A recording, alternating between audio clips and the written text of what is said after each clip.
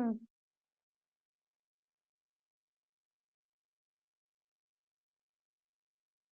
Good evening students. आज आपका first class subject की रहेगी। अपन देखते हैं अब आगे। अपन ने पढ़ा था विभिन्न कर्मों हेतु शस्त्र की धार, ये जो मैंने आपको बताया था बहुत ज्यादा इंपॉर्टेंट है ना। ये अपन ने इसको कल याद कर लिया था।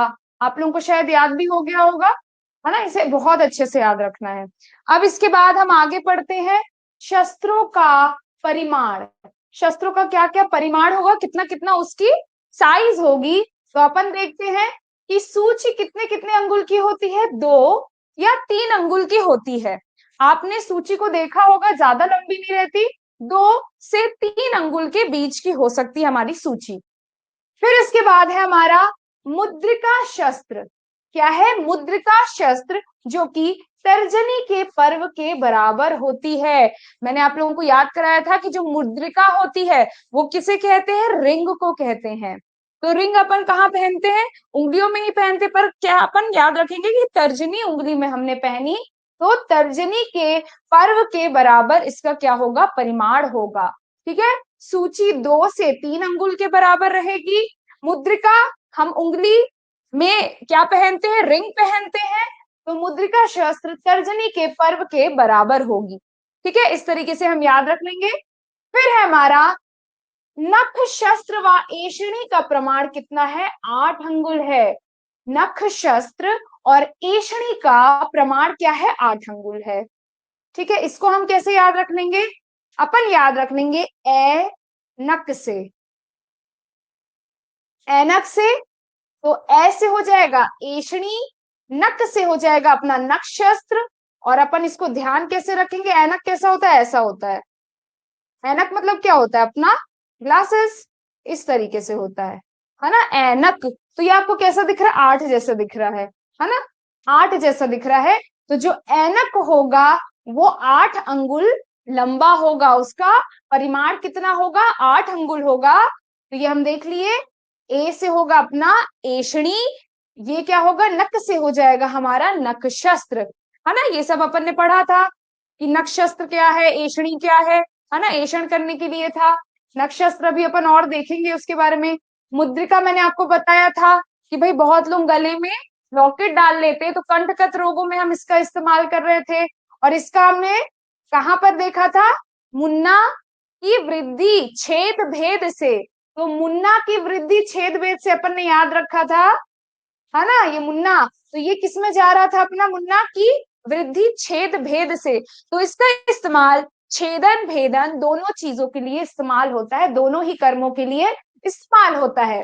फिर हमारा आया शरारी मुख, मैंने गलत लिखी, शरारी मुख होता है। शरारी, शरारी मुख जो है, शरीरा मुख लिख गया है तो उसको आप करेक्ट कर लीजिएगा। शरारी मुख ये कितना परिमाण का है? ये है 10 अंगुल लंबा। ये क्या है? 10 अंगुल का है। तो इसको हम याद रख लेंगे 10, है ना। और ये क्या है? यहाँ पर सासीटी आ रहा है और यहाँ भी सासीटी आ रहा है। तो जो हमारा शरारी मुख शस्त्र होगा उसका परिमाण कितना होगा? 10 अंगुल होगा। इस तरीके से हम याद रख सकते हैं। और शरारी मुख बोलते हैं करतरी को। करतरी मतलब कैची। करतरी मतलब क्या हुआ? हमारा कैची, है ना। फिर इसके बाद है शेष शस्त्रों की लंबाई कितनी होगी? 6 अंगुल लंबाई का होना चाहिए। बाकी कितने होंगे? 6 अंगुल के होंगे। बाकी कितने होंगे? 6 अंगुल के होंगे। इस तरीके से हमें याद रखना है। तो सूची 2 से 3 अंगुल परिमाण का। और हमारी मुद्रिका अंगूठी से याद रख लिया, ये हमारा तर्जनी के पर्व के बराबर हो गया।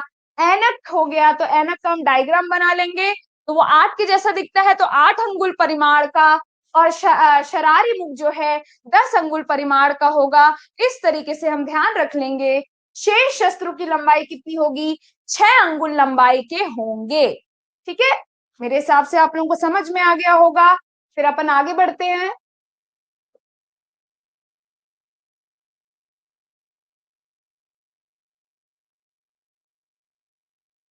ठीक है, अब अपन आगे बढ़ते हैं। फिर बताया गया है शस्त्र के गुण, है ना। शस्त्र के गुण, ऐसे अपन यंत्र के भी गुण पढ़ के आए थे, शस्त्र के गुण हम देखते हैं क्या क्या बताया गया है।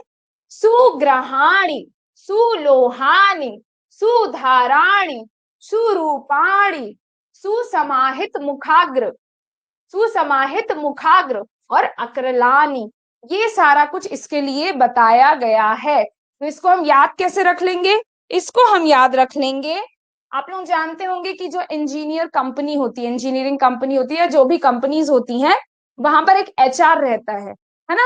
और एचआर को हमें क्या खुश रखना पड़ता है, एचआर को हमेशा हमें खुश रखना पड़ता है, क्योंकि नहीं तो वो अपनी पेमेंट अपन लोगों की जो है प्रमोशन नहीं करने देगा, है ना, प्रमोशन नहीं होने देगा। तो इसको हम याद रख लेंगे, एचआर ग्लैड, है ना। एचआर से कर लो तो आपको याद रहेगा कि शस्त्र के गुण है, एचआर से ग्लैड, है ना, एचआर से ग्लैड, ऐसे याद रख लेंगे। एचआर मेरे हिसाब से बहुत लोगों को पता होगा, ग्लैड का मतलब होता है खुश रखना, ग्लैड मतलब हैप्पी।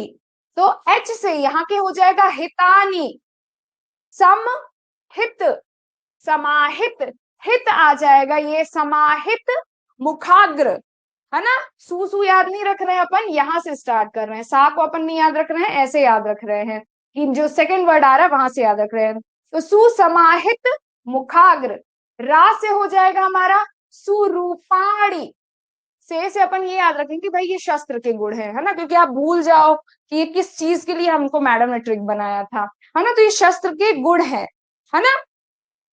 ग्लैड अपना ये जी क्या रिप्रेजेंट करेगा, ग्रहाणी, ला क्या रिप्रेजेंट करेगा, लोहानी, आ क्या रिप्रेजेंट करेगा, अकरलानी, और दा क्या रिप्रेजेंट करेगा, धाराणी, है ना। क्या होता है जब शस्त्र के गुण आते हैं तो अपन भूल जाते हैं, तो जब आप ऐसे ट्रिक बनाए रहोगे और एक दो बार मेमोराइज करोगे तो आपको ये चीजें याद रहेंगी, क्योंकि ये बहुत ज्यादा भूलती हैं, क्योंकि यंत्र का क्या हो था, इसका क्या था, तो ये अपन भूल जाते हैं।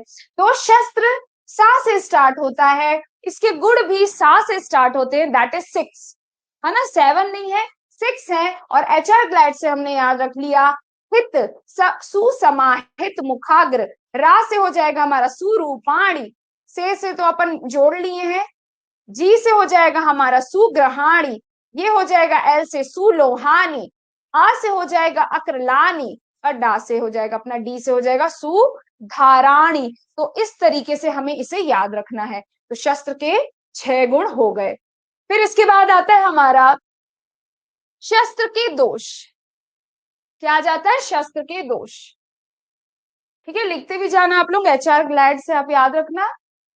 फिर उसके बाद है शस्त्र के दोष। तो शस्त्र के दोष मतलब 2 और अधिक है, गुण से कितने हैं, 8 बताए गए हैं। लास्ट में अपन पूरा कंपाइल करके डब्बे में मेमोराइज करेंगे कि कितना शस्त्र के गुण थे, कितने यंत्र के गुण थे, क्या दोष थे, क्या कर्म थे, एक बॉक्स में मेमोराइज करेंगे, है ना। तो घबराने की आपको जरूरत नहीं कि यार याद तो हुआ नहीं अभी तक मुझे, है ना। तो इसके लिए बताया गया है, वक्र, कुंठ, खंड, हरधार, अति अल्प, अति दीर्घ, अति ह्रस्व और अति स्थूल। आप लोग को याद होगा कि मैंने यंत्र में आपको याद कराया था कि आ वाले आ रहे थे, जैसे अष्टोनिंदित अध्याय में जो हमारे निंदित गुण होते हैं, गुण नहीं बोलेंगे, निंदित लक्षण जो होते हैं, जैसे अति स्थूल, अति दीर्घ, वैसे ही यंत्रों के लिए भी बोला गया था। और अपन देख रहे हैं कि भाई शस्त्र के लिए भी इसी तरीके से बोला गया है। तो क्या क्या बोला गया है, पहले अपन आ वाला देख लेते हैं। अति दीर्घ, अति ह्रस्व और अति स्थूल, है ना, ये सारे यंत्र के लिए भी बोले गए थे। बड़ा हो, छोटा हो और मोटा हो। आसार वहां पर अपन ने बोला था अति कृष की जगह, यहाँ पर अपन कुछ नहीं बोल रहे हैं, यहाँ पर उल्टा अपन क्या बोल रहे हैं, अति अल्प, है ना। जो कृष व्यक्ति होता है उसको हम असार बोल सकते हैं या अल्प बोल सकते हैं। असार बोल सकते हैं कि भाई उसके शरीर में किसी भी धातु की सारता नहीं है, और अति अल्प बोल सकते हैं कि भाई शरीर में उसके कुछ है ही नहीं, बहुत अति अल्प है। तो अपन याद रख लेंगे कि फर्स्ट 2 जो है अति दीर्घ और अति ह्रस्व बोले गए हैं शस्त्र के दोष में। दूसरा बोला गया है अति स्थूल, जैसे यंत्र के लिए भी बोला गया था। असार की जगह क्या बोला गया, अति अल्प, ठीक है, क्या बोला गया है, अति अल्प। फिर उसके बाद हमारा आता है वक्र। वक्र आपको याद हो तो यंत्र के लिए भी वक्र बोला गया था, है ना, यंत्र के लिए भी वक्र बोला था, अपन ने याद किया था। शिव का मुख कील के पास, शिव मुख कील के पास, तो शिव था शिथिल और वक्र, तो वा जो उसमें था वो वक्र को रिप्रेजेंट कर रहा था। फिर हमारा आ रहा है कुंठ, खंड और खरधार, है ना। अब इनमें से जो है, जो यंत्र के भी बताए गए हैं वो कौन कौन से हैं? वक्र, ये अपन ने यंत्र में देखा था कि यंत्र के लिए भी बोला गया है। अति दीर्घ यंत्र का भी दोष है, अति ह्रस्व यंत्र का दोष है, और अति स्थूल भी यंत्र का दोष है, और ये साथ में ही शस्त्र का भी दोष है। तो ये चार अगर पूछे जाते कि कौन से इनमें से यंत्र दोष भी है और शस्त्र दोष भी है, तो ये है वक्र, अति दीर्घ, अति ह्रस्व और अति स्थूल, ये चार बताए गए हैं। ठीक है, फिर इसके बाद क्या है हमारा? फिर इसके बाद है हमारा कुंठ, खंड, हरधार और अति अल्प, ये थोड़े अलग बताए गए हैं। तो इसको याद करने के लिए बहुत खास ट्रिक नहीं है, पर अपन याद बस कर लेते हैं इसको, कि अपन याद रख लेंगे VK3 और क्या है A4, है ना। इसकी बहुत अच्छी ट्रिक नहीं बन पा रही थी, तो भाई आप ऐसे भी याद रख सकते हो, थोड़ा बहुत मैंने आपको समझा दिया कि आप यंत्र से याद रख सकते हो, अष्टोनिंदितीय से अध्याय से याद रख सकते हो। तो ये हो जाएगा आपका वक्र, ट्रिपल के से हो जाएगा कुंठ, खंड, खरधार, कुंठ, खंड, खरधार। ठीक है, A4 से हमारा हो जाएगा, A4 से क्या हो जाएगा हमारा? अति ह्रस्व, सॉरी अति दीर्घ और अति ह्रस्व, और हमारा है अति स्थूल के साथ अति अल्प। तो इस तरीके से 8 बताए गए, इसके लिए थोड़ा सा आप लोग एफर्ट लगा के आप लोग भी याद कर लेना। तो इस तरीके से बताए गए हैं 8 शस्त्र के दोष। 6 गुण अपन पढ़ लिए, गुण क्या थे? HR ग्लैड, और हमने यहाँ पर पढ़ लिया VK3 A4। इस तरीके से 8 रहेंगे, जिनमें से 4 जो यंत्र के दोष है वो शस्त्र के, सॉरी यंत्र के, शस्त्र के जो दोष है वो यंत्र के भी दोष हमें देखने को मिलते हैं। तो इस तरीके से बताया गया है। फिर इसके बाद आता है हरधार शस्त्र दोष है, परंतु यह करपत्र का शस्त्र गुण है। देखो, शस्त्र का दोष बताया गया है कि खर नहीं होना चाहिए, है ना, खर नहीं होना चाहिए। शार्प और खरता में अलग बात होती है। शार्पनेस का मतलब शार्प होना है, लेकिन खरता का मतलब कि उसमें उबड़ खाबड़ थोड़ा सा हो। तो करपत्र में तो ये रहता है, करपत्र खरदार होता है, तो वही बताया गया है कि खरदार शस्त्र दोष तो है, लेकिन यह करपत्र का शस्त्र गुण है। करपत्र खरदार ही होता है, तो वो उसका दोष नहीं है, वो उसका क्या है? गुण है।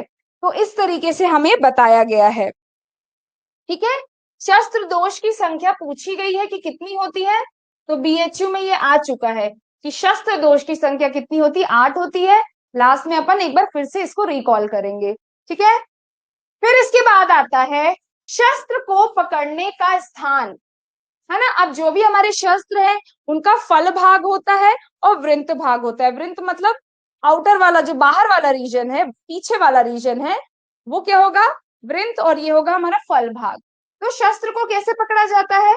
तो बताया गया है छेदन, भेदन व लेखन शस्त्र को फल व वृंत के संयोग स्थल से पकड़ा जाता है। तो जो हम छबीली पढ़ के आए थे, है ना, छबीली बहन ऐसा आहार विहार सेवन करे, तो जो छबीली हैं इनको क्या करना है? मिड में पकड़ना है, इनको मिड में पकड़ना है, दैट इज फल और वृंत के संयोग स्थान में। मिड नहीं बोलूंगी, जहां पर ये कंबाइन हो रहे हैं, जहां जुड़ रहे हैं वहां पर इनको पकड़ना है। फल और वृंत भाग में पकड़ के आपको छेदन करना है ना। इस तरीके से पकड़ेंगे। तो शस्त्र को पकड़ने का इस तरीके से बताया गया है, छेदन, भेदन, लेखन का।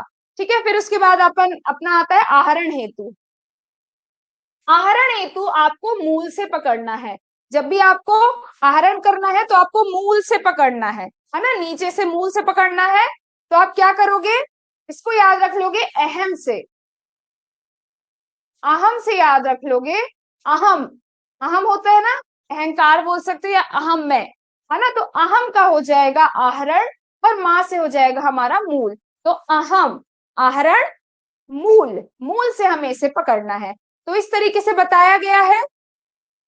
फिर इसके बाद याद करते हैं अपन विस्त्रावण हेतु आपको क्या करना है, तर्जनी व अंगूठे से वृंत के अग्र को पकड़ना है, तर्जनी व अंगूठे से। तो ये तो मुझे याद कराने की जरूरत नहीं, आप लोगों ने रक्त मोक्षण किया हो, सिरावेद किया हो, तो ऐसे पकड़ा जाता है, ऐसे निडल को, है ना, ऐसे पकड़ा जाता है, फिर पंचर किया जाता है। ऐसे नहीं कि ऐसे पकड़ के फिर ऐसे पंचर करे, नहीं, इस तरीके से होता है। तर्जनी और अंगूठे से वृंत के अग्र भाग को ऐसे पकड़ लिया जाता है। ये समझ लो निडल वाला सेक्शन है, सूची समझ लो, ये निडल वाला सेक्शन, और यहाँ पर उसको पकड़ने के लिए अपन को कुछ मिला है, तो अपन ऐसे हमेशा क्या करते हैं, पंचर, अगर आप लोगों ने ट्राई किया हो, ठीक है, इस तरीके से अपन पंचर करते हैं, सॉरी विस्त्रावण करते हैं, पंचर नहीं विस्त्रावण करते हैं। विस्त्रावण शस्त्र की बात की जा रही है, तो उसको अपन को तर्जनी व अंगूठे के से वृंताग्र को आपको इसको पकड़ना है ना। विस्त्रावण मतलब ड्रेनेज है, पर जो ड्रेनेज आप करोगे, है ना, जो ड्रेनेज आप करोगे पंचर के बाद ही करोगे, जब आप वेधन करोगे उसके बाद ही तो आप कर पाओगे, है ना। जब पंचर के बाद, समझ रहे होगे मेरी बात, वेधन के बाद ही तो विस्त्रावण होगा, ऐसे थोड़ा विस्त्रावण होने लगेगा। तो बताया गया है तर्जनी व अंगूठे से विंत्राग को, वृंत के अग्र भाग को पकड़ना है। तो इसको अगर याद करना हो वैसे भी याद कर सकते हो जैसे मैंने समझाया, नहीं तो तंग याद रख लेना, तंग। तो ये हो जाएगा तर्जनी और अंगूठे के बीच में हमें क्या करना है, पकड़ना, वो भी किसमें, विस्त्रावण में, है ना। तो विस्त्रावण को विशाल तंग करके याद रख सकते हो, या जैसा आपको अच्छा लगे, कि थोड़ा सा आपको याद रहे कि इसके लिए क्या बोला गया था, ठीक है। बहुत इंपॉर्टेंट नहीं बोलूंगी, पर पूछ लिया जाता है ये कभी कभी, तो आपको पता होना चाहिए। फिर इसके बाद देखते हैं हम, बहुत ज्यादा इंपॉर्टेंट आपका, जो कि स्टार मार्क बहुत ज्यादा कर लो आप लोग, ये कई एग्जाम में पूछा जा चुका है आपका, है ना, BHU, UPSC, राजस्थान PSC, कई जगह पूछा जा चुका है ये, है ना। पायना, पायना का मतलब क्या होता है, धार में तीक्ष्णता लाना। पायना मतलब क्या होता है, धार में तीक्ष्णता लाना। और पायना का भेद कितना है, त्रिविधम भेद, कितना बताए गए हैं, 3 भेद बताए गए हैं पायना के, बहुत इंपॉर्टेंट है। तो पायना में 3 शब्द आते हैं, और इसके भेद भी कितने हैं, 3 है ना। जिन द्रव्यों की मदद से हम धार की तीक्ष्णता को बढ़ाते हैं, तो वो क्या कहलाता है, पायना, बहुत ज्यादा इंपॉर्टेंट, है ना। और उसकी संख्या कितनी है, भेद कितनी है, 3 है। तो कौन कौन से वो भेद है, क्षार, उदक और तेल, क्षार, उदक और तेल। और ये क्वेश्चन पूछा जाता है, क्वेश्चन इससे क्या बनता है कि इनमें से कौन सा पायना का प्रकार नहीं है, तो क्षार, उदक और तेल लिखा रहेगा, और अपना एक और ऑप्शन लिख जाएगा, जैसे शर्पी दे दिया हो, है ना, कुछ और वसा दे दिया हो, इस तरीके से अपने ऑप्शन आ जाते हैं। तो आपको उनमें पहचानना पड़ता है कि भाई हमारे त्रिविध भेद कौन कौन से हैं, क्षार है, उदक मतलब जल है, और तेल हमारा नॉर्मल तेल है, ठीक है, सर्पी नहीं है, तेल है। फिर इसके बाद हम देखते हैं कि क्षार पायना, सबसे पहला क्या है, क्षार पायना का इस्तेमाल हम कहां कहां करेंगे, तो बताया गया है सरशल्य व अस्थि के छेदनार्थ हम इसका इस्तेमाल करेंगे। ये भी क्वेश्चंस आते हैं कि कौन सा पायना कहाँ इस्तेमाल किया जाता है, तो क्षार पायना का इस्तेमाल हम कहाँ करेंगे, सरशल्य में और अस्थि छेदन में। तो क्या है, यहाँ पर जो क्षार है इसको अपन क्षार भी याद रख सकते हैं, क्षार में छा अपन को समझ में आ रहा है। तो इसको जब हम देखेंगे, है ना, इसको जब हम देखेंगे, थोड़ा सा हमें सर जैसा दिख रहा है ना, ये थोड़ा सर जैसे दिख रहा है, सर शल्य में इसका इस्तेमाल करना है, ये आपको ध्यान रखना है अच्छे से। और क्या लिखा है, सर शल्य, तो 2 बार श आ रहा है, और क्षार के लिए बोला गया है ये, ठीक है, ये बताया गया। फिर क्या है, अस्थि छेदनार्थ, है ना, अपन एज अ डॉक्टर बोलते हैं कि भाई क्षारीय पदार्थ का ज्यादा सेवन नहीं करना चाहिए, जो कोल्ड ड्रिंक बहुत पीते हैं, है ना, क्षारीय वस्तुओं का ज्यादा सेवन करते, तो उनकी क्या हड्डी क्या होती है, कमजोर होने लगती है ना। जो कोल्ड ड्रिंक ज्यादा पीते हैं, क्षार का सेवन करते हैं, उनकी हड्डियां कमजोर होती हैं। तो इससे हम याद रख सकते हैं कि क्षार पायना का इस्तेमाल किस लिए किया जाता है, अस्थि छेदनार्थ हेतु। तो छ से हमने शर्शल्य याद रख लिया, है ना, क्षार से हमने शर्शल्य याद रख लिया, और अस्थि की क्षार अस्थि को गलाता है, तो अस्थि छेदनार्थ हमने पढ़ लिया, बहुत इंपॉर्टेंट है, अपन को याद रखना है ये। फिर इसके बाद आता है हमारा उदक पायना। उदक पायना का मतलब है जल, जल द्वारा हमें तीक्ष्णता बढ़ाना है, तो इसका इस्तेमाल हम कहाँ करेंगे? मांस में छेदन भेदन पाटन कर्मार्थ। तो 3 कर्मों के लिए हम इसका इस्तेमाल करेंगे, मांस के छेदन भेदन पाटन के कर्मार्थ। तो इसको आप याद रख लेना मासोदक से। मासोदक आप लोग जानते होंगे, सूप को बोल सकते हैं मांस का उदक, सूप को बोल सकते हैं मांस का उदक, ठीक है। तो इससे हम याद रख सकते हैं कि भाई उदक पायना का इस्तेमाल मांस के छेदन भेदन व पाटन कर्मार्थ हम इस्तेमाल करते हैं, ठीक है। फिर इसके बाद हम देखते हैं कि छेदन भेदन और पाटन हेतु इसका इस्तेमाल किया गया है। तो उदक, उदक का फर्स्ट वर्ड किससे स्टार्ट हो रहा है? ऊ से, है ना। तो इसका क्या मतलब हो गया? 3। इसका क्या मतलब हो गया? 3। एक मिनट आप लोग रुकिएगा।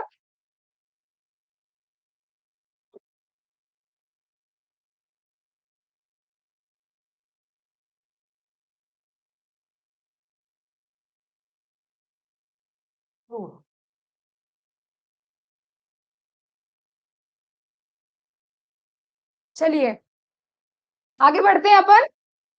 मांस में छेदन व भेदन पाटन कर्मार्थ, है ना। तो ये उदक अपन ने याद रख लिया, उदक ये 3 अपन को दिख रहा है, तो मतलब 3 चीजों में इसका इस्तेमाल होगा, छेदन भेदन व पाटन के लिए, ठीक है। फिर उसके बाद आता है हमारा लास्ट तेल पायना। क्या आता है? तेल पायना। तो जो तेल है वो सिरा के वेधन कर्मार्थ एवं स्नायु छेदनार्थ इस्तेमाल होता है ना। तो इसको हम कैसे याद रख लेंगे कि तेल जो है, तेल जो है वो कहाँ लगाया जाता है? सिर, सिर लगाया जाता है तेल को, है ना, सिर में लगाया जाता है तेल को। तो ये सिरा के वेधन कर्मार्थ हम इस्तेमाल कर सकते हैं। और स्नायु में भी तो हम तेल लगाते हैं, किसी का भी हाथ पैर अगर दर्द देता है तो बोलते हैं अरे मेरा हाथ पैर मसल्स लिगामेंट्स खिंच गई है तो तेल लगा लेता हूँ। तो ये वही स्नायु है, तो उससे हम रिलेट करके याद रख लेंगे कि भाई तेल का इस्तेमाल स्नायु के लिए इस्तेमाल होता है।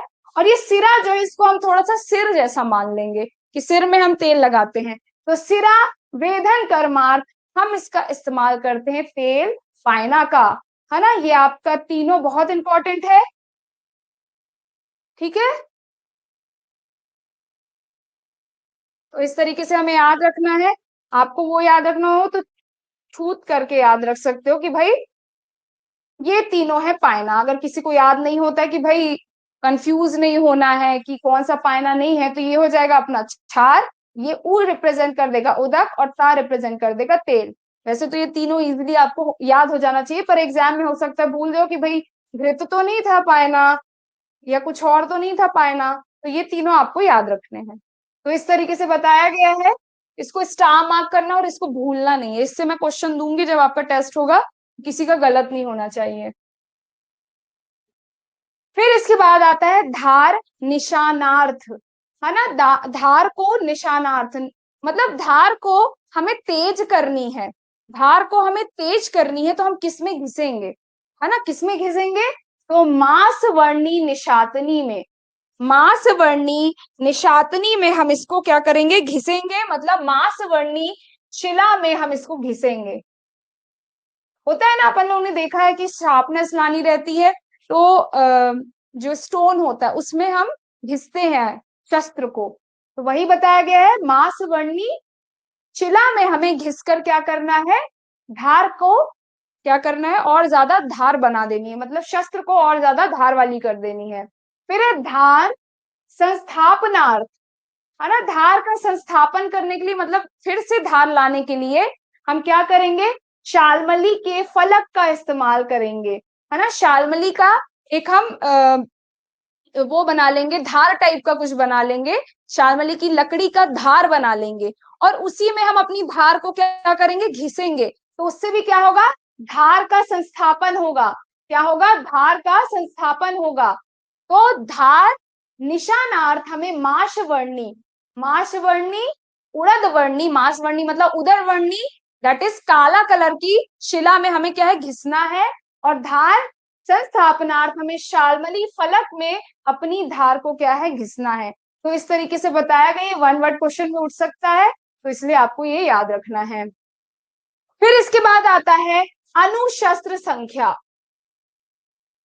फिर बताया गया है अणुशस्त्र की संख्या। आप लोगों को याद होगा कि हम लोग ने वहां अणुयंत्र पढ़ा था, उपयंत्र पढ़ा था। उपयंत्र की संख्या थी 25। अणुयंत्र उपयंत्र को ही बोला था, किस किसने बोला था, अष्टांग संग्रहकर और अष्टांग हृदयकर ने बोला था। और अष्टांग हृदयकर ने संख्या कितनी बताई थी, 4 अधिक। और अपन ने उसको याद किया था आपका भय। 4 अधिक क्या थे, आपका भय से अपन ने याद रखा था आंत्र पाक काल भय, है ना। अब हम यहाँ क्या देख रहे हैं, अणुशस्त्र। यहाँ पर कंफ्यूजन उठने लगता है कि भाई अणुशस्त्र जो हम पढ़े थे, अणुयंत्र पढ़े थे, उसमें आप क्या होते, कंफ्यूजन क्रिएट आपका होने लगता है। तो उधर की चीजें उधर आपको छोड़ देनी है और यहाँ हम नया पढ़ रहे हैं। तो यहाँ हम पढ़ रहे हैं अणुशस्त्र। अभी हमने शस्त्र पढ़ लिए 20, अब हम क्या देख रहे हैं, अणुशस्त्र। तो सुश्रुत ने अणुशस्त्र की संख्या कितनी बताई है, 14, है ना। कितनी बताई है, 14।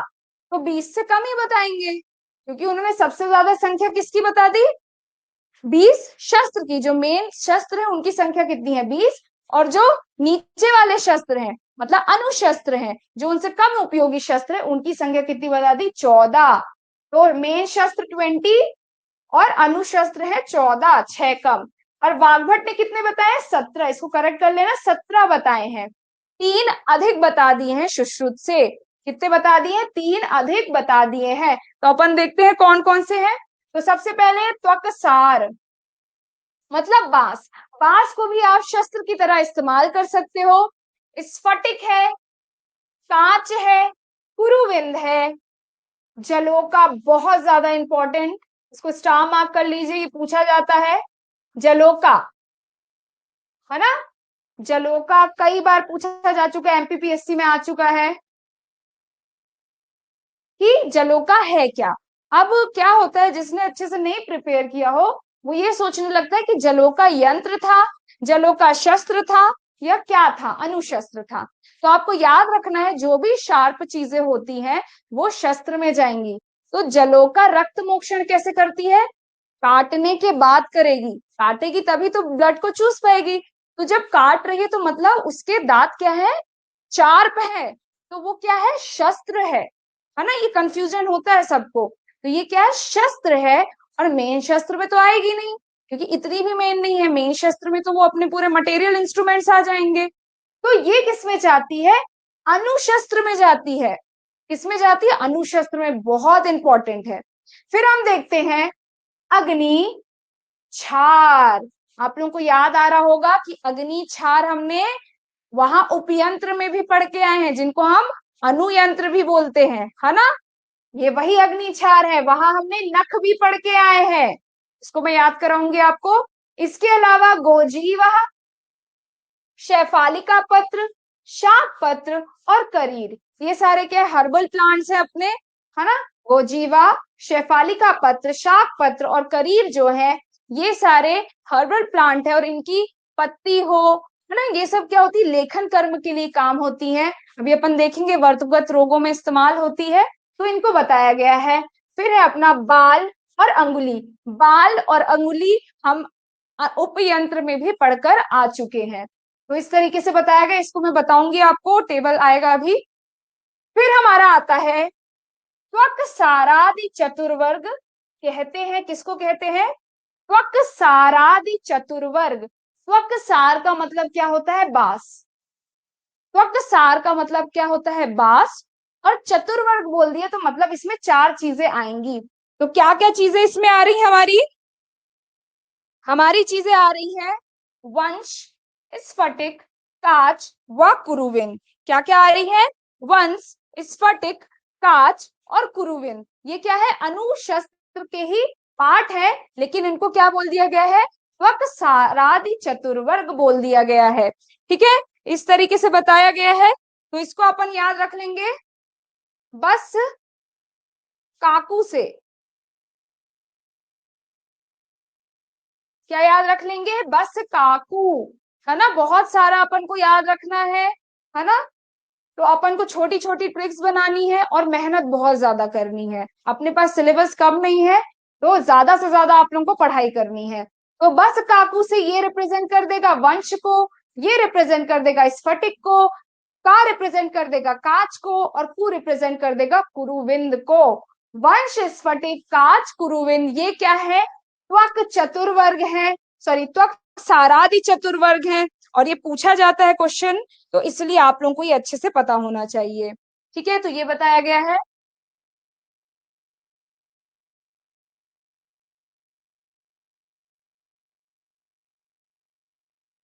फिर ये जो हमारे यही अनुशस्त्र है, उनका कर्म बता दिया गया है।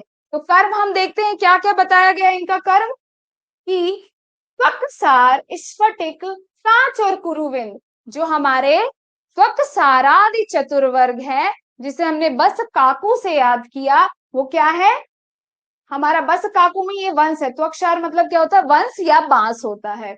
स्फटिक, कांच और कुरुविंद का इस्तेमाल किस लिए होगा? छेदन और भेदन के लिए, है ना? छेदन और भेदन के लिए इनका इस्तेमाल करना है। फिर इसके बाद आता है नख। नख भी क्या है? अपना अनुशस्त्र है। ये जो हमारे नेल्स है, ये क्या है? अनुशस्त्र है। नेल्स का इस्तेमाल भी हम शस्त्र की तरह कर सकते हैं। तो इनका क्या क्या प्रयोग बताया गया है? आहरण हेतु, कुछ भी चीज निकाल सकते हैं आप अपनी नख के थ्रू, है ना? आहरण हेतु, छेदन व भेदन हेतु, किसी भी चीज को काट के निकालना है तो आप छेदन हेतु भी इस्तेमाल कर सकते हो।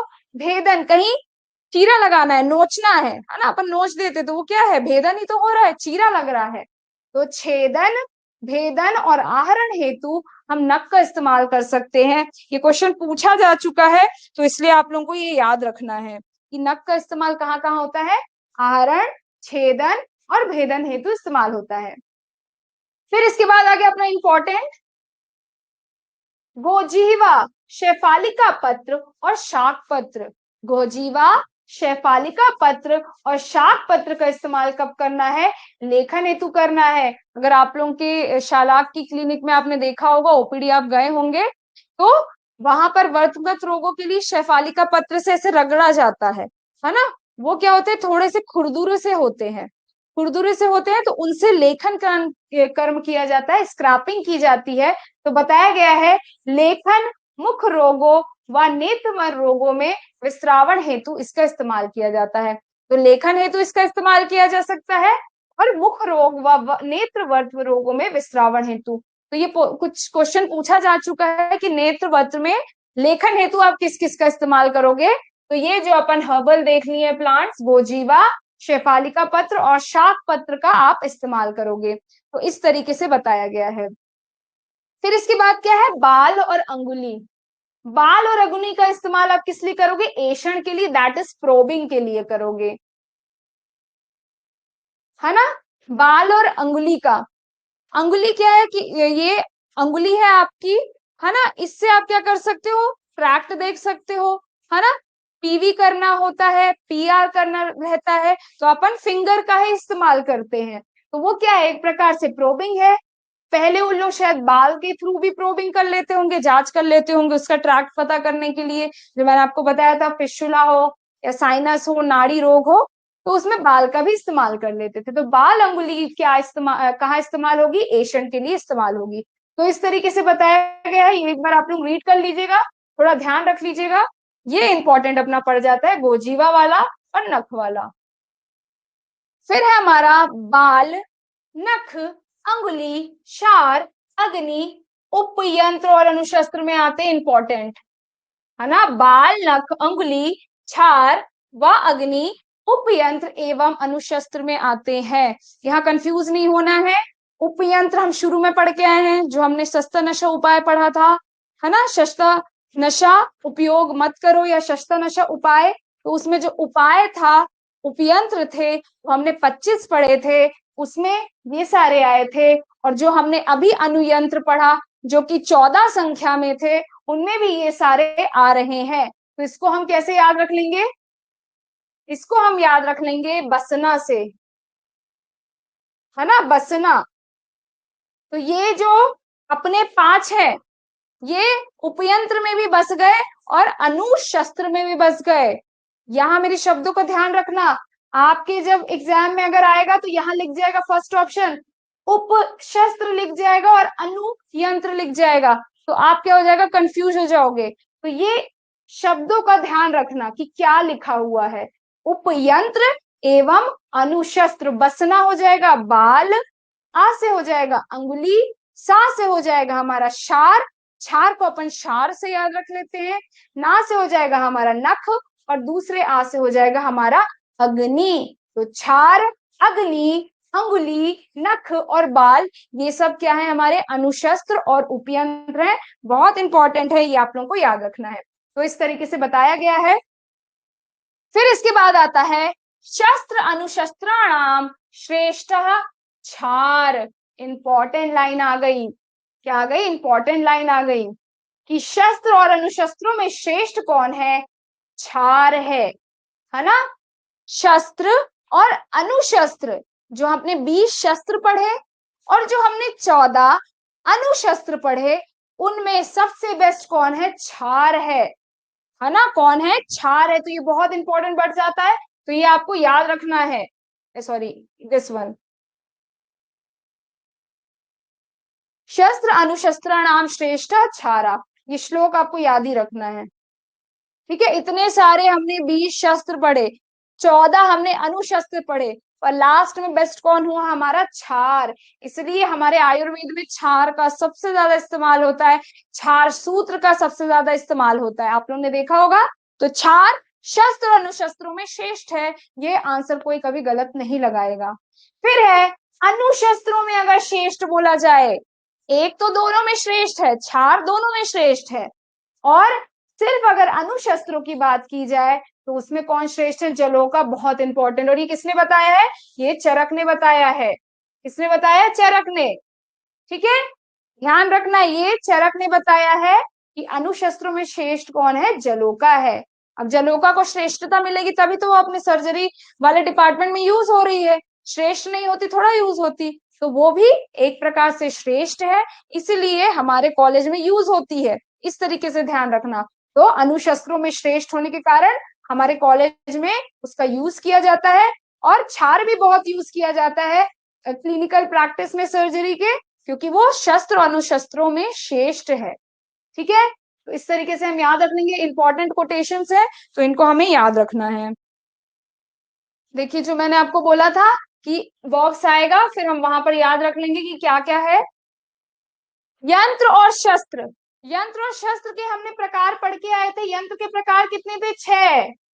सस्ता नशा उपयोग मत करो, सस्ता नशा उपाय, जो भी आपको अच्छा लगे। तो ये वही सस्ता नशा है जिसमें सा क्या था, स्वस्तिक था, दूसरा क्या था, सा संदंश था, आ क्या था, ताल था, नशा में ना क्या था, नाड़ी था, शा क्या था, शलाका था, उपाय ऊ क्या था, अपना यंत्र था। तो ये हमने देखे थे। फिर हमने उसके 6 गुण पढ़े थे, है ना, हितकर लक्षण के, डॉक्टर जी, डीआरजी हमने याद किया था।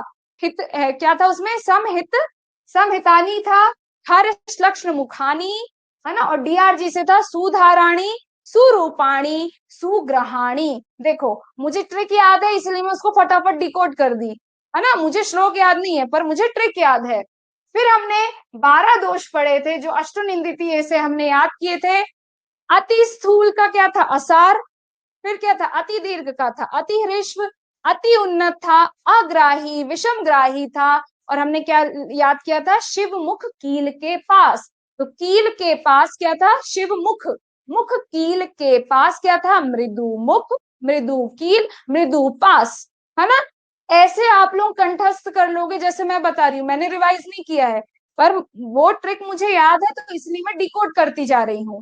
फिर हमने यंत्र कर्म पढ़ा 24, है ना, यंत्र कर्म कितना पढ़ा, 24, जिसको मैंने ऐसे आपको इन लोग इसको याद कराया था इंटू 2, और ऊपर गए इंटू 2, है ना। 24 यंत्र कर्म, दोष सबसे ज्यादा मतलब गुण से ज्यादा 12, और गुण कितने हैं, 6। तो यंत्र कर्म में हमने ये देखा था कि भाई पूरे यंत्र कर्म एक बार हमें रीड कर लेने हैं, और उनमें 2 इंपॉर्टेंट थे। कौन थे 2 इंपॉर्टेंट, एषण और आहरण। उसमें क्या इंपॉर्टेंट था अपना, एषण और आहरण, क्योंकि हमने देखा था कि एषण और आहरण क्या थे, यंत्र कर्म भी थे, और वो क्या है, शस्त्र कर्म भी है। मैं शस्त्र की बात नहीं कर रही हूं, मैं शस्त्र कर्म की बात कर रही हूं। यंत्र कर्म और शस्त्र कर्म, जो हमने अष्टविध शस्त्र कर्म पढ़े थे, याद होगा आपको, है ना। छबीली बहन ऐसा आहार विहार सेवन करे, तो ये वही शस्त्र कर्म में ऐसा आहार, एषण और आहरण को रिप्रेजेंट कर रहा है, और यंत्र कर्म में भी एषण और आहरण आते हैं। तो ये क्वेश्चन पूछा जा चुका है, इंपॉर्टेंट है। फिर है शस्त्र की संख्या। तो शस्त्र की संख्या कितनी है, 20 है। मंडल, करपत्र आदि आदि हमने पूरे पढ़े, ठीक है। इन्होंने 6 और बताए हैं, है ना। इनके नाम आप एक बार रीड कर लेना कि भाई आए तो आप समझ जाओ। गुण कितने अपन ने देखे, 6, जिसको हमने HR ग्लैड से याद कर लिया था, ठीक है। दोष इसके कितने थे, 8, इसको हमने याद कर लिया था, VK3A4, जिसमें जो 4 थे वो यंत्र के दोष भी थे, जो 4 थे वो यंत्र के भी दोष थे, है ना। कौन कौन से थे, वक्र, अति स्थूल, अति ह्रेष्व और अति दीर्घ। प्रैक्टिस करोगे आपको सब याद हो जाएगा, थोड़ा टाइम लगेगा, कुछ बच्चों को लग भी रहा होगा कि भाई याद नहीं हो रहा है अभी। आप एक बार रीड करोगे थोड़ा डिफिकल्टी होगी, सेकेंड बार रीड करोगे सब अच्छे से आने लगेगा। और बच्चों को मतलब अपने साथ वालों को पढ़ाया करो, है ना। जो भी आप यहाँ याद करते हो आपस में मिलके पढ़ा करो, तो और जल्दी याद होता है ना। फिर उसके बाद है शस्त्र कर्म, कितने हैं, 8 है। तो शस्त्र कर्म 8 अपन पढ़ ही चुके हैं, छबीली बहन ऐसा आहार विहार सेवन करे। तो ये अपना पूरा टेबल हो गया। तो टेबल में हमारा ये निष्कर्ष निकला कि यंत्र और शस्त्र के गुण 6-6 है। तो ये आप नहीं भूलोगे कि गुण जो है दोनों के 6-6 है, इसलिए दोनों की इंपॉर्टेंस है। तो ये डब्बा आपको याद रखना है, ये डब्बा भूलना ही नहीं है, इसी डब्बे से कुछ क्वेश्चंस उठ जाएंगे। फिर इसके बाद हमारा आता है शस्त्र कर्म, है ना। अब कहाँ कहाँ पर हमें शस्त्र कर्म करना है ना, ये इंपॉर्टेंट हो जाता है, और थोड़ा सा इसको याद करना हेक्टिक हो जाता है। तो इसलिए आप लोग सभी एकदम स्ट्रेट बैठ जाइए, जो लेटा है उठ जाइए, है ना। और अब हम लोग पढ़ना चालू करते हैं। तो सबसे पहले आगे हमारा छेदन कर्म, जो अष्टविध शस्त्र कर्म बताए हैं उनका इस्तेमाल हमें कहाँ कहाँ पर करना है, तो हम देखते हैं, ठीक है। इसको मैं आपको एक ट्रिक से याद करा देती हूँ। छेदन की मैं आपको पूरी एक बड़ी सी ट्रिक बताऊंगी, क्योंकि छेदन क्या होता है, हमारा फर्स्ट होता है, हमारा फर्स्ट वन होता है। तो छेदन के क्वेश्चन ज्यादा पूछे जा सकते हैं, है ना। छेदन के क्वेश्चन ज्यादा पूछे जा सकते हैं। तो छेदन का मैं आपको पूरा बता रही हूँ कि कैसे इसको याद रखना है। कुछ यहाँ पर शब्द नहीं लिखे होंगे, कुछ यहाँ पर डिजीज नहीं लिखी होंगी, तो जो मैं ट्रिक बताऊंगी वहां से सारी की सारी डिजीज आपको याद रखनी है। उसके पहले आप क्या करो, यहाँ से नाड़ी व्रण हटा देना, ये गलत लिखा हुआ है, नाड़ी व्रण हटा देना, ठीक है। तो अपन देखते हैं कैसे याद रखना है, और लिखते भी जाना। शक काफी गहरा,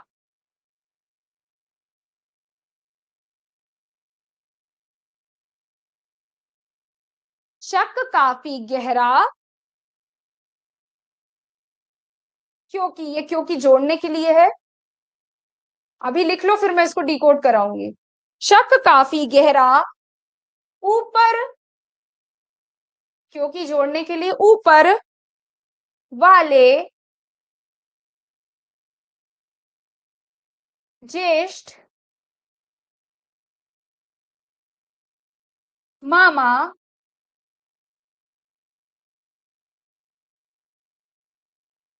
अति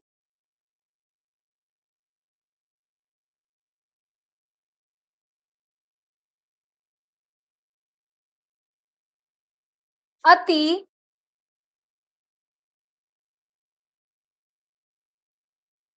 लिखते जाना ना भाई, चालाक, ठीक है। शक काफी गहरा, ऊपर वाले ज्येष्ठ मामा अति चालाक, अभी खत्म नहीं हुआ है और है, वत्स कूटो, यहाँ पर जोड़ने के लिए आप लिख सकते हैं तो वत्स कूटो, ताकि आपकी पूरी राइमिंग बन जाए। तो वत्स कूटो मामा के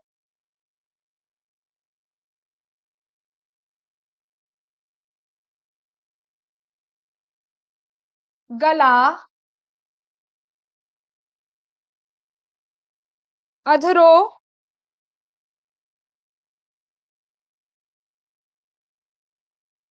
को।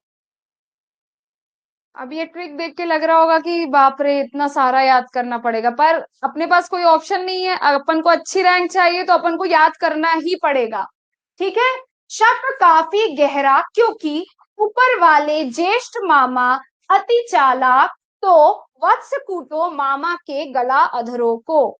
ठीक है, गला ये हो गया, अधर मतलब होता है लिप्स। ठीक है, लिप्स होता है, तो इसको हम याद रख लेंगे। छेदन कर्म का मैं आपको बता रही हूँ, है ना, छेदन से सबसे ज्यादा क्वेश्चन उठते हैं। तो शक ये छेदन के लिए है, लिख देती हूँ, नहीं तो आप कंफ्यूज हो जाओगे किसके लिए बता रही मैम। शब्द पोनक, शक्त से हो जाएगा आपका शतपोनक। ठीक है, लिखते जाओ इसको।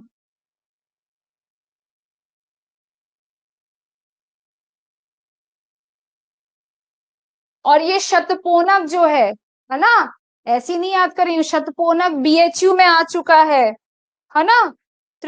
सॉरी, एक मिनट आप रुकना।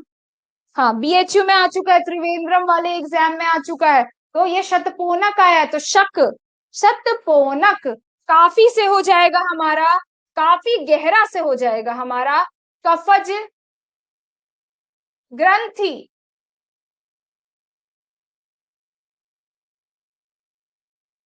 ऊपर से हो जाएगा हमारा उपदंश।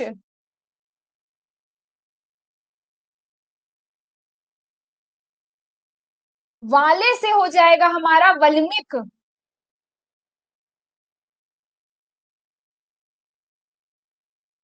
लिख लो आप लोग, फिर इसमें इंपॉर्टेंट मैं बता दूंगी आपको। ज्येष्ठ से हो जाएगा हमारा जतुमणि।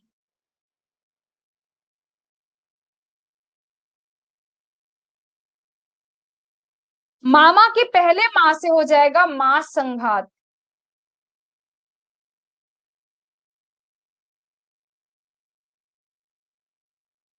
ठीक है, थोड़ा हट जाती हूँ। शक काफी गहरा ऊपर वाले ज्येष्ठ माँ माँ। ठीक है, सतपोनक कफज ग्रंथि उपदंश वल्मिक जतुमणि मां संघात। दूसरे माँ से क्या होगा? मांसकंदी।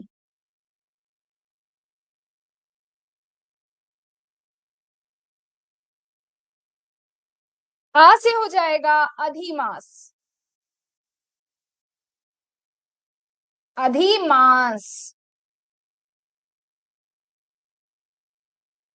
ती से हो जाएगा तिलकालक। ये सारी डिजीज अपन देखेंगे, कुछ शालाक्य में उठेंगी, कुछ शल्य में उठ जाएंगी।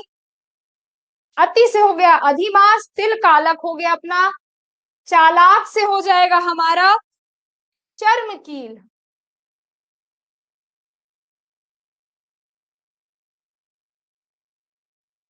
वत्स से हो जाएगा वर्त्म रोग।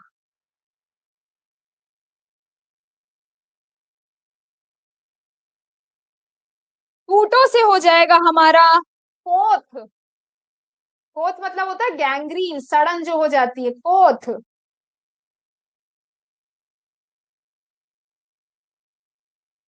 और कोथ कहाँ पर? स्नायु मास्सिरा पर।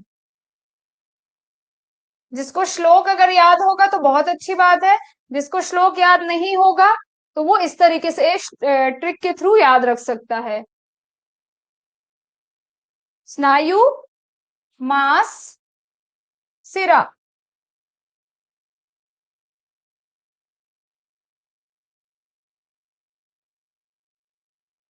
फिर ये वाला जो है, ठीक है, मामा, और यहाँ सॉरी मामा साले, मामा साले यहाँ पर आएगा, मामा साले। ठीक है, कूटो मामा साले के गला अधरों को, है ना, शक काफी गहरा ऊपर वाले जेठ मामा अति चालाक, तो वत्स कूटो मामा साले के गला अधरों को। तो मामा साले हो जाएगा शल्य, साले से हो जाएगा शल्य, मांसगत और अस्थिगत। मैं समझ रही हूँ कुछ बच्चे अभी परेशान हो रहे होंगे कि भाई इतना इतना याद करना पड़ता है। तो भाई इतना इतना याद करना ही पड़ता है, कोई सा भी एग्जाम निकालना पड़ता है तो इतनी मेहनत करनी भी पड़ती, और ज्यादा मेहनत करनी पड़ती है। तो जो जितनी जल्दी तैयारी स्टार्ट करता है उसको उतना अच्छा फल मिलता है। ठीक है, फिर हम देखते हैं गला से हमारा हो जाएगा गल सुंडिका।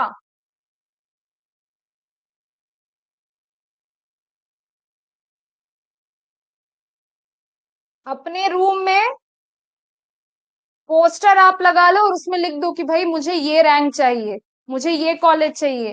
क्यों चाहिए? क्योंकि भाई मुझे बहुत अच्छा डॉक्टर बनना है, मुझे पैसे भी चाहिए। तो ये अपने रूम में आप लगा के रखो पोस्टर। कभी भी आलस आए, कभी भी लगे कि भाई अरे यार नहीं पढ़ना मुझे, कोचिंग छोड़ देता हूँ या रहने देता हूँ, तो उस पोस्टर को देखना जो आपने लगा के रखा है और दोबारा पढ़ाई करने लगना। क्योंकि आप रुकोगे दूसरे नहीं रुकेंगे, दूसरे आपसे आगे निकल जाएंगे। तो इसीलिए पढ़ाई करते रहो और अपने सपनों को पूरा करो भाई। और लास्ट है अधरों को अदृश, ये लिख लेना भाई।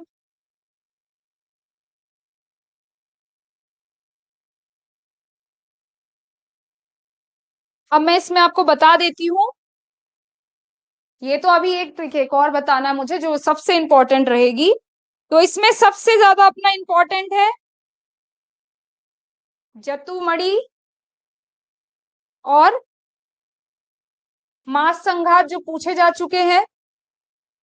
गलसुंडी का बहुत ज्यादा इंपॉर्टेंट है हमारी, ये गलसुंडी का बहुत इंपॉर्टेंट है, पूछी जा चुकी है कि गलसुंडिका में कौन सा आप कर्म करोगे, तो छेदन कर्म करोगे। ठीक है, फिर इसके बाद है वल्मिक और शतपोनक। वल्मिक और शतपोनक, शतपोनक एक प्रकार का भगंदर है, ये पूछे गए हैं।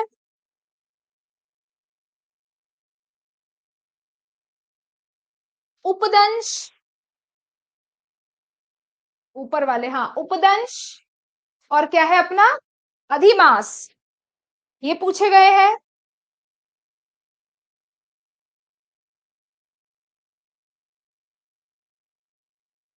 तिल कालक भी इंपॉर्टेंट है। ठीक है, हाँ अदृश भी पूछा गया है। इतने सारे इससे पूछे गए हैं, तो ये बाकी क्यों नहीं पूछे जा सकते? क्योंकि छेदन सबसे पहला कर्म है। तो जब भी एग्जामिनर अगर इससे क्वेश्चन उठाना चाहेगा तो वो सबसे पहले या तो इंपॉर्टेंट वालों में जाएगा या तो छेदन को लेके जाएगा। तो छेदन में इतने तो आ गए, लेकिन दो सॉरी तीन और आते हैं, तो इसको आपको याद रखना है। अर्श, अब, भाग, है ना। छेदन कर्म मैंने आपको बताया कि जो छेदन कर्म होता है उसमें हम काट के कुछ भी निकाल देते हैं, है ना। जो भी हमारा एक्स्ट्रा ग्रोथ है उसको हम काट के निकाल देते हैं, वो क्या एक्सीजन है। तो इसमें अपन इसको याद रख लेंगे अर्श और भाग से कि छेदन कर्म हम अर्श में करते हैं, अब से हो जाएगा अर्बुद, और भाग से हो जाएगा हमारा भगंदर। तो अर्श अर्बुद भगंदर में इसका इस्तेमाल होता है छेदन में। तो अर्श का पूछा जा चुका है कि अर्श में कौन सा कर्म किया जाता है, अर्श में छेदन कर्म किया जाता है। इंपॉर्टेंट, ये आप लोगों को एकदम कंठस्थ कर लेना है। ये पूरे याद कर लोगे तो बहुत अच्छा रहेगा, ताकि कभी नहीं भूलोगे, है ना। आई थिंक समझ में आ गया होगा, लिख लिए होगे आप लोग।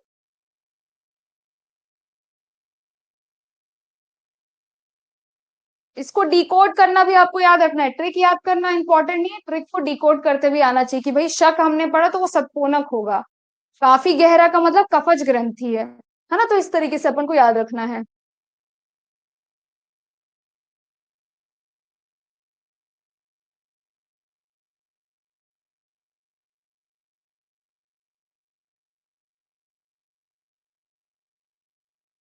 आगे बढ़ते हैं। फिर बताया गया भेदन कर्म। भेदन कर्म क्या था? चीरा लगाना। तो चीरा कहाँ कहाँ लगाया जाता है? तो बताया गया है सन्निपातिक के अतिरिक्त शेष पांचों विद्रदियों में, सन्निपातिक के अतिरिक्त शेष पांचों विद्रदियों में आपको भेदन करना है, विसर्प में करना है, वृद्धि ग्रंथि में इंपॉर्टेंट आ जाता है, प्रमेह पीडिका में, इनमें जो इंपॉर्टेंट होंगे वो मैं बता दूंगी, प्रमेह पीडिका में, व्रण शोफ में इंपॉर्टेंट, नाड़ी व्रण में आपको इसका इस्तेमाल करना है, प्रायः शवी क्षुद्र रोग में आपको इस्तेमाल करना है, तालु पुप्पुट में, गिलायु में, टुंडी केरी में और भद्द गुदोदर में बताया गया है। ठीक है, तो इसमें इंपॉर्टेंट सबसे पहले हमारा आ जाता है टुंडी केरी।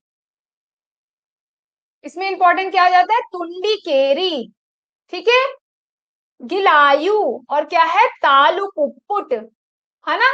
तो इसमें त वाले आ रहे हैं, टुंडी केरी और तालु, तो तू भी करके याद रख लेना, तू भी, या फिर याद कर ले सकते हो टुंडी भी केरी भी, टुंडी भी केरी भी। अब अलग तरीके से आप इसको अपनी तरीके से भी याद रख सकते हो, तो टुंडी भी केरी भी, है ना। तो भी से आप याद रख लेना कि भाई भेदन के लिए बोला गया है। ये अगर डायरेक्ट उठ के आता है तो आप इसको इस तरीके से याद रख लेना। तालु पुप्पुट भी भेदन के लिए बोला गया है, तो दो ताता वाले तो यहाँ आ गए, और यहाँ पर क्या है? पुप्पुट है, यहाँ क्या है? पुप्पुट है, ये आपको ध्यान रखना है। और गिलायु पूछा जाता है, बहुत ज्यादा इंपॉर्टेंट, गिलायु, गीला, गिलायु, जब आप गिलायु को तोड़ते हो, है ना, तो ये क्या गीला गीला लगता है, मतलब भीगा भीगा भी इसको अपन बोल सकते हैं, गिलायु गीला, भीगा भीगा। तो जब भीगा भीगा याद रहेगा तो आप याद रख लेना कि भाई इसमें भा से कर्म किया जा रहा है, भेदन कर्म किया जा रहा है गिलायु में। और जो प्रमेय पीड़िकाएं होती है उसमें भेदन कर्म किया जाता है, ये आपको ध्यान रखना है। प्रमेय पीड़िका में भेदन कर्म किया जाता है, छेदन कर्म नहीं किया जाता। क्या किया जाता है? भेदन कर्म किया जाता है। इसमें ये भी बताया गया, ये तो मैं आपको लास्ट में याद कराऊंगी, सन्निपातिक के अतिरिक्त शेष पांच विद्रदियों में हम भेदन कर्म करते हैं, ये एंड में याद कराऊंगी आपको। ठीक है, इसके अलावा त्रिदोषज वृद्धि, त्रिदोषज ग्रंथि, इन सभी में क्या है? भेदन कर्म कराया जाता है। तो इसको आप लोग धीरे धीरे याद करिएगा। जो इंपॉर्टेंट है वो मैंने आपको बता दिया, जो पूछे जा सकते हैं, टुंडी केरी, तालु पुप्पुट और गिलायु। गिलायु को अपन भीगा भीगा से याद कर लिए। और जो चरक है उन्होंने बद्ध गुदोदर में भेदन बताया है। तो बद्ध गुदोदर जब अपन बोलते हैं तो साउंड तो भ जैसा ही आता है। जब अपन बद्ध गुदोदर बोलेंगे वो भा जैसा साउंड करता है, भद्द, भद्द भी बोलोगे तो भी वो वैसा साउंड करेगा। तो इससे अपन थोड़ा याद रख लेंगे कि भाई चरक ने इसमें भेदन बताया है। ठीक है, फिर इसके बाद है हमारा नाड़ी व्रण। ठीक है, नाड़ी व्रण को आप देखो तो ये जो ना है इसको अपन भा बना सकते हैं, है ना, इसको ऐसे भा बना सकते हैं। देखो कैसे भी तरीके से अपन को याद रखना, अपना आंसर बस सेलेक्ट होना, मतलब आंसर बस करेक्ट होना चाहिए।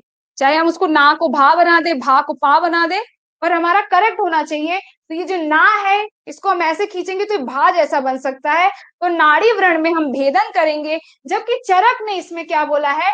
पाटन। पाटन का मतलब एक प्रकार से भेदन ही है। चरक ने बोला नाड़ी व्रण में हमें क्या करना है?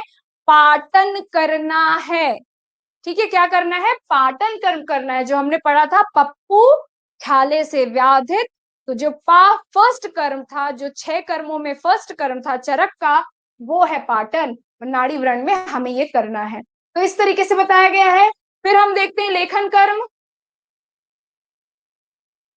याद हो जाएगा, आपको घबराने की जरूरत नहीं है, धीरे धीरे ये पूरा अच्छे से याद हो जाएगा। आप रिवीजन करते रहोगे तो बनेगा आपसे। फिर इसके बाद आता है लेखन कर्म। लेखन मतलब क्या? हमने देखा स्क्रैपिंग करना, स्क्रैप करना। तो कहाँ कहाँ स्क्रैपिंग करेंगे?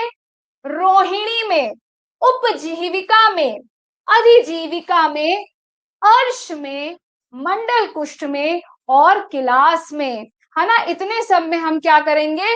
लेखन कर्म करेंगे। तो इसको हम याद रख लेंगे कि आज रोहिणी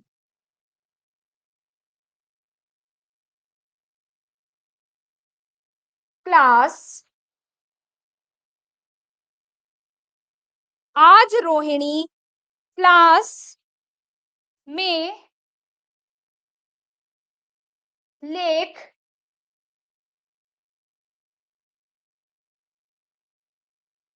जीवा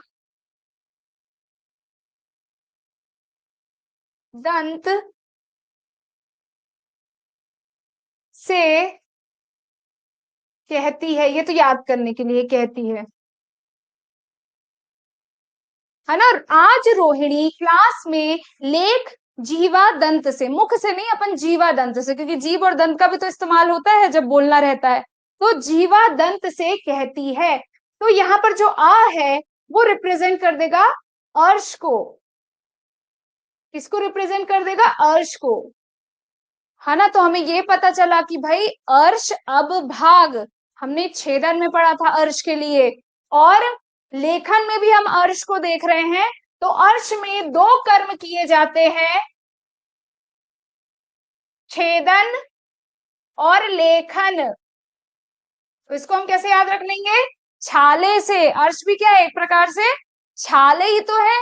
छाले एग्जैक्टली नहीं है अगर हम फिजियोलॉजिकल और पैथोलॉजिकल देखें, पर अपन छाले याद रख लेंगे कि अर्श में दो प्रोसेस किए जाते हैं, छेदन और लेखन कर्म किया जाता है, ये अपन को ध्यान रखना है।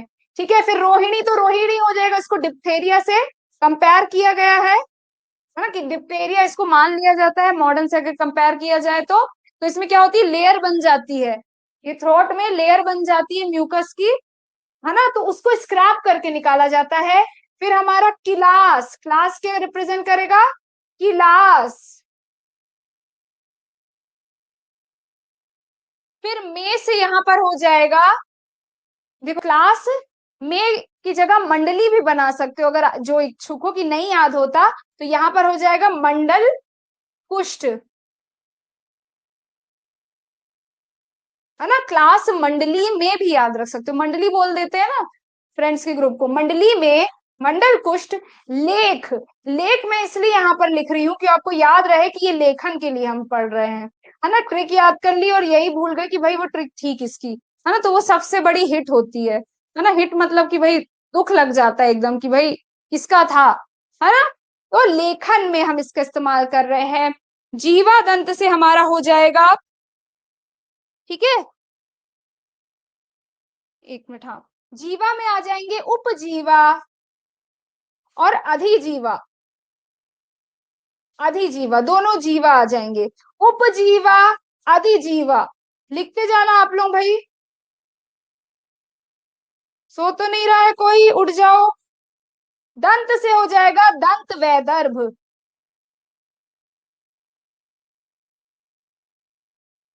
ठीक है, आज रोहिणी क्लास में लेख जीवा दंत से कहती है। तो अर्श, रोहिणी, रोहिणी तो नाम ही हो गया, क्लास, क्लास हो जाएगा, मंडली में भी बोल सकते हो, में भी बोल सकते हो, तो मंडल कुष्ठ, लेख लेखन को रिप्रेजेंट करेगा, जीवा अधिजीवा उपजीवा को, और दंत दंत वैदर्भ को रिप्रेजेंट करेगा। और अपन ने ये देखा कि अर्श में छाले छेदन लेखन दोनों कर्म किए जाते हैं, तो ये अपना हो गया, है ना। और इसमें इंपॉर्टेंट अपने जो सबसे ज्यादा है वो अपन देख लेते हैं कि चतुर्विध रोहिणी, रोहिणी भी क्या है? चतुर्विध रोहिणी बताई गई है। चारों प्रकार की रोहिणी में हम लेखन कर्म करते हैं। और फिर हमारा एक आया है किलास, क्या आया है? किलास, है ना। किलास में भी हम क्या करते हैं? लेखन कर्म करते हैं। ये एग्जाम्स में पूछे जा चुके हैं आपके, ठीक है। मंडल कुष्ठ पूछा जा सकता है, तो इसको भी स्टार मार्क कर लेना, ये तो पूछे जा चुके हैं।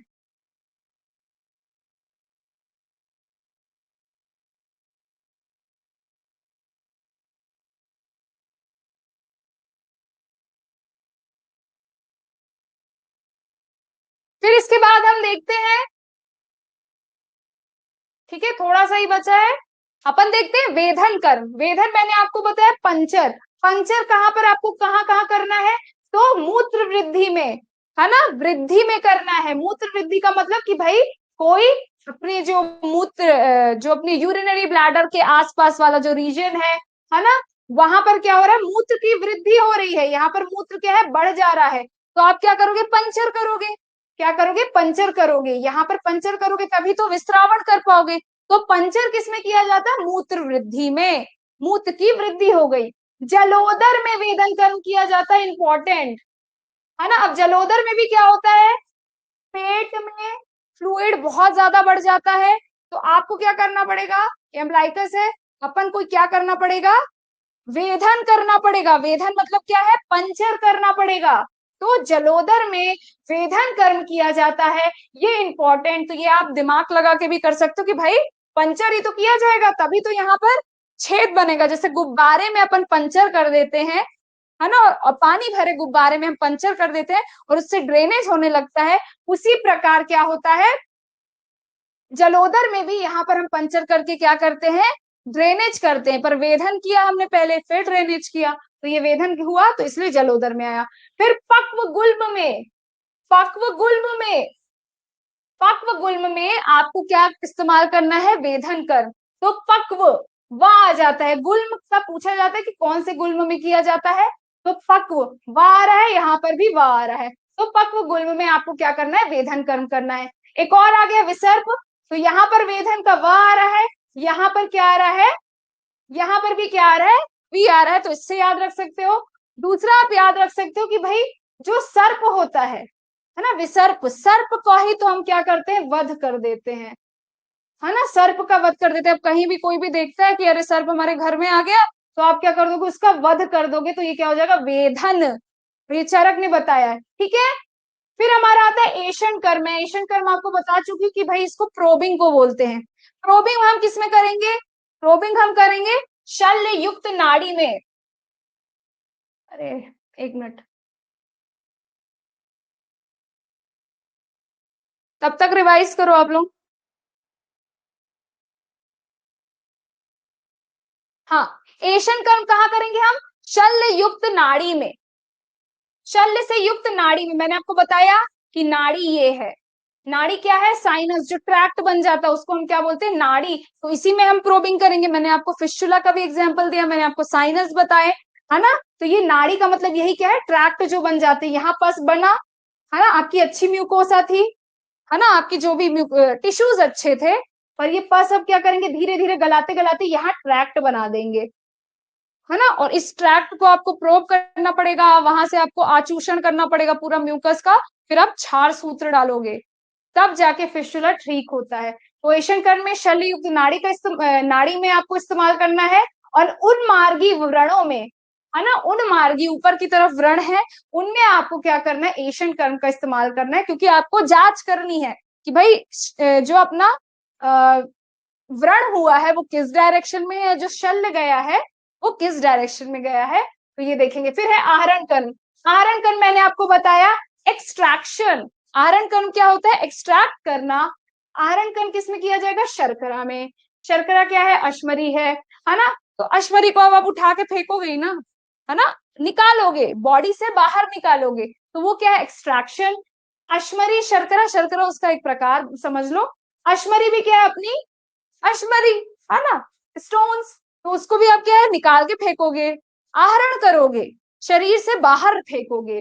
दंत का मल है, दांत का भी अगर मल है तो उसको निकाल के फेंक दोगे। स्वर्ण का मल है, उसको भी निकाल के फेंक दोगे, मतलब एक्सट्रैक्ट करके फेंक रहे हो, एक्सट्रैक्शन। शल्य भी है, तो शल्य को भी क्या है, एक्सट्रैक्ट करके बाहर निकालोगे, आहरण कर रहे हो। और मूल गर्भ भी है, जो बेबी डिलीवर नहीं हो पा रहा है ना, जो बेबी डिलीवर नहीं हो पा रहा है, तो उसको भी आप क्या करोगे, अपन ने पढ़ के आए थे गर्भ शंकु से, और भी शस्त्र बताए गए हैं, तो अपन गर्भ शंकु से निकालेंगे, तो जो वो निकाल रहे हैं वो क्या है, आहरण है। तो ये आप अगर दिमाग लगा के अगर करोगे, याद रहेगा आपको, तो आप करेक्ट आंसर लगा के आओगे। तो आहरण का शर्करा, अश्मरी, दंतमल, कर्णमल, और कहाँ किया जाता है, मूड गर्भ में। तो ये आपको दिमाग से याद रखना है। फिर अपन देखेंगे कि भाई विस्त्रावण कर्म, दैट इज ड्रेनेज, हमें कहाँ कहाँ करना है। तो सबसे पहले बताया है सन्निपातिक के अतिरिक्त शेष 5 विद्रदी, सन्निपातिक के अतिरिक्त शेष विद्रदी। और मैंने आपको बोला था कि भेदन, और भेदन में भी यही चीज आया था, सन्निपातिक के अतिरिक्त शेष 5 विद्रदी। तो मैंने आपको कहा था कि मैं बाद में बताऊंगी, तो इसको आप याद रख लेना। विभा, विभा, है ना, विदा। विभा को विदा करो या विभा को विदा किया, जो आपको अच्छा लगे याद रखना। तो इससे आप याद रखोगे विदा का मतलब है विद्रदी। विद्रदी है लेकिन सन्निपातिक को छोड़ के, है ना। विदा का मतलब है विद्रदी सन्निपातिक को छोड़ के। तो इसमें आपको क्या क्या कर्म करना है, आपको करना है विस्त्रावण और भेदन, पूछा गया है ना। तो इसलिए आपको ये याद रखना है ना। भेदन कर्म पूछा जा चुका है कि सन्निपातिक के अलावा शेष विद्रदी में किया जाता है, तो ये आपको याद रखना है अच्छे से। और विस्त्रावण भी पूछा जा चुका है, तो ये भाई क्वेश्चन आ चुका है ना। हल्के में नहीं लेना है कि भाई ये क्या पढ़ा रहे हैं, भाई बिल्कुल मजा नहीं आ रहा। सब कुछ अच्छे से पढ़ना है ना। जो बुरा लगता है, जो अपन को लगता है कि भाई यहाँ से नहीं आ सकता, वहीं से आ जाता है, फिर अपन सोचते हैं यार अपन ने पढ़ा क्यों नहीं। इसलिए सब कुछ पढ़ डालो। फिर क्या है इसमें, है ना। तो विभा से विदा याद रख लिया। फिर अपन देखते हैं कुष्ठ और स्लीपद, है ना। कुष्ठ और स्लीपद भी आ चुके हैं, कुष्ठ और स्लीपद भी आ चुके हैं। इनको अभी मैं बताती हूँ आपको। फिर क्या है, कर्णपाली के रोगों में आपको क्या करना है, विस्त्रावण करना है। स्तन रोग में आपको विस्त्रावण करना है तालु कंटक, है ना। अपन ने तालु पुप्पुट तुंदी केरी गिलायु ये सब अपन पढ़ेंगे, शालाक में शब्द आएंगे, हो सकता है कुछ लोगों के लिए नए हो। ये सब में हमने देखा था भेदन, है ना। गीला भीगा करके अपन ने याद रख लिया था। तालु कंटक विस्त्रावण में है, कांटे कहाँ पर है, विस्त्रावण में है ना। कंटक कहाँ है, ये जो अड़ा आ रहा है कंटक, ये विस्त्रावण में है ना। याद रखना कि तालु कंटक यहाँ है, कंफ्यूज मत होना कि तालु पुपुट यहाँ है विस्त्रावण में, या तालु कंटक वहां भेदन में है, यहाँ कंफ्यूज मत होना। कृमि दंत में हम विस्त्रावण करेंगे, दंत वेष्ट में हम करेंगे, शोषीर उपकुशिताद ये सारे दंत मूलगत रोग हैं, इन सारों में हम विस्त्रावण करेंगे। आपको दांत वाली जो ज्यादा रोग मिलेंगे ना, ये सब अपन याद करेंगे, है ना। ये सब क्या है, दंत मूलगत।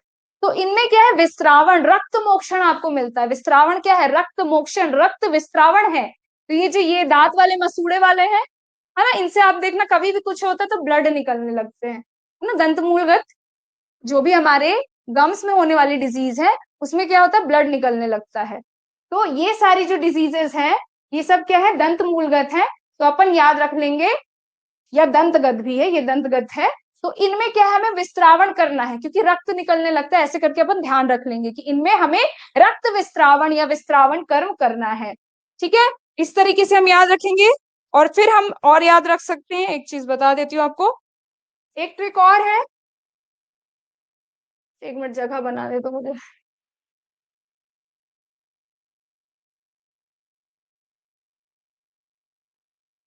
अपन विस्त्रावण ही पढ़ रहे हैं, भूलना नहीं है आपको, इसको हम याद रख लेंगे। वीकू,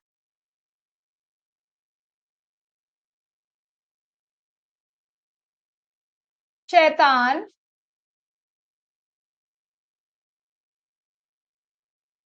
उद्दंड, स्लीप, है ना। अरे एक मिनट, आज बोर्ड बहुत हिल रहा है हमारा, एक मिनट रुकना ना भाई।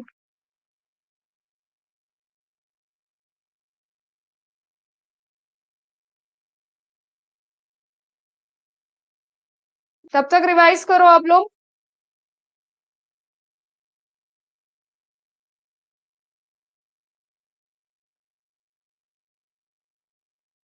रिवाइज करना, स्क्रीन नहीं देखना है।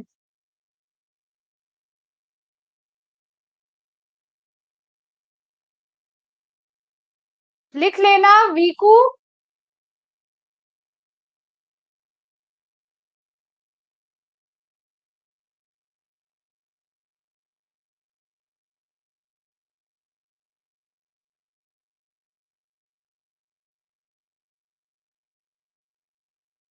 हाँ, वीकू, शैतान, उद्दंड, स्लीप। सो, है ना, स्लीप, सो जा या स्लीप याद रख लो। वीकू शैतान प्लीज स्लीप, है ना। वीकू शैतान प्लीज स्लीप, ऐसे याद रख लेना है आपको। वीकू शैतान प्लीज स्लीप, प्लीज भी याद नहीं रखोगे, स्लीप बोल देना है ना। शैतान बच्चा है तो उसको अपन को सुलाना है, तो यहाँ पर वी से क्या हो जाएगा, विस्त्रावण, पू से हो जाएगा हमारा कुष्ठ, यहाँ के जो शैतान है ये हो जाएगा स्तन रोग, उद्दंड यहाँ पर उपदंश याद रख लेंगे, उपदंश रोग, उपदंश यहाँ नहीं लिखा आप लिख लेना, उपदंश रोग आया है। और स्लीप से हो जाएगा स्लीपद, वीकू शैतान उद्दंड स्लीप, प्लीज स्लीप, है ना। इस तरीके से हम याद रख लेंगे। और हम इसको इतना याद करने के लिए क्यों माथापच्ची कर रहे हैं, क्योंकि ये क्वेश्चंस आ चुके हैं, है ना। और किसमें आए हैं, विस्त्रावण में आए हैं, इसीलिए हमें ये याद रखना है। ये जो टेबल है हेक्टिक है याद करना, पर कैसे भी करके हमें याद रखना है। वीकू शैतान उद्दंड स्लीप, तो आपको याद रहेगा कि भाई विस्त्रावण में ये सारा कुछ हम पढ़ रहे हैं, है ना। क्योंकि हो सकता है मेन एग्जाम में आपको याद आ जाए कि अरे कुष्ठ में तो लेखन कर्म कर रहे होंगे, नहीं, आपको यहाँ पर विस्त्रावण मिलता है, तो ये आपको ध्यान रखना है अच्छे से। थोड़ा सा और बच्चा अपन देख लेते हैं। फिर है सीवन कर्म, सीवन कर्म क्या है, सिलाई, सीवन कर्म क्या है, सिलाई है। तो सिलाई आप कहाँ पर करोगे, भिन्न एवं सुलेखित वर्ण में। भिन्न का मतलब हुआ है जो भेदित वर्ण है, जो भेदित वर्ण है, जो भेदित वर्ण है उसमें आप क्या करोगे, भेदित वर्ण में आप क्या करोगे, मतलब चीरा लगा हुआ वर्ण में आप क्या करोगे, सीवन करोगे, क्या करोगे, सीवन। एनी डाउट,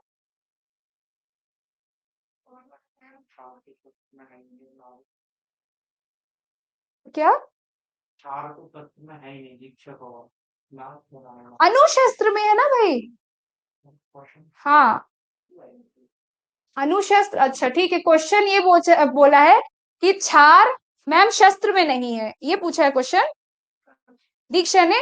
क्षार और अनुशस्त्र की मैं बात कर रही हूँ, उसमें क्षार श्रेष्ठ है। जब आप, हाँ आ गया समझ में, ओके ओके चलिए ठीक है।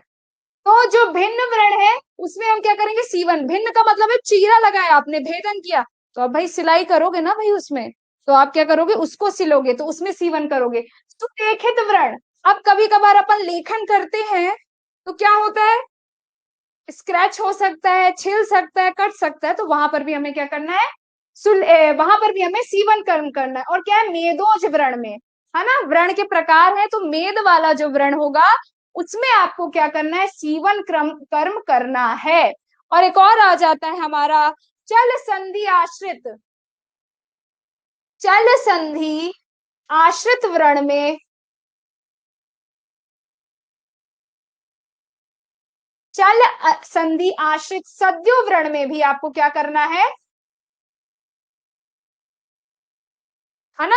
चल संधि आश्रित है, यहाँ अगर हो गया है ना, चल संधि के आश्रित अगर यहाँ पर हो रहा है, क्योंकि ये चल संधि है, चलती रहेगी, तो यहाँ पर आपको क्या करना पड़ेगा, या पैर की कोई सी है जहां पर जो चल रही है वहां पर अगर आपको व्रण हो रहा है, तो वहां पर भी आपको सीवन करना पड़ेगा, है ना। सीवन नहीं करोगे तो घाव और ज्यादा बढ़ता जाएगा। तो चल संधि आश्रित सद्यो व्रण में आपको करना, ये पूछा जा चुका है ना, ये पूछा जा चुका है एमपीपीएससी में, तो इसको भी आप लिख लेना और स्टार मार्क कर लेना।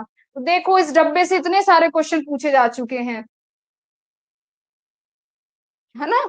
तो ये धीरे धीरे करके आपको याद करना है, जितनी ट्रिक्स बना दी उनसे आप याद रख लो, बाकी अपनी बुद्धि की क्षमता से याद रखो।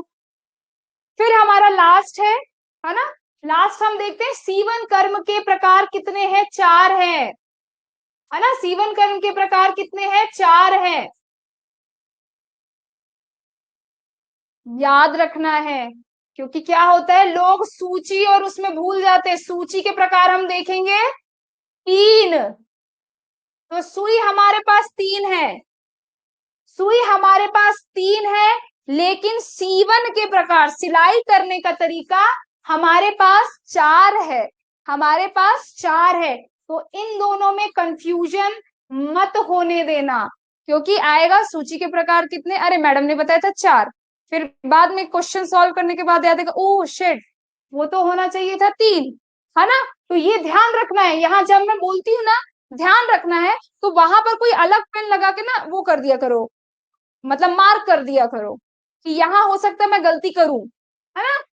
तो अपन देखते हैं कि कौन कौन से बताए गए हैं सीवन के प्रकार, मतलब सुचरिंग के प्रकार। तो बताया गया है वेल्ली तक, दूसरा है गोफणिका, तीसरा है तुन्न सेवनी, और लास्ट है हमारा ऋजु ग्रंथि, ठीक है। वेलितक, वेलितक मतलब है कंटिन्यूअस आप सुचरिंग करोगे, लगातार सुचरिंग करोगे। गोफणिका मतलब है कंटिन्यूअस ब्लैंकेट सुचर, तो ये आप इसका एक बार डायग्राम देख लेना।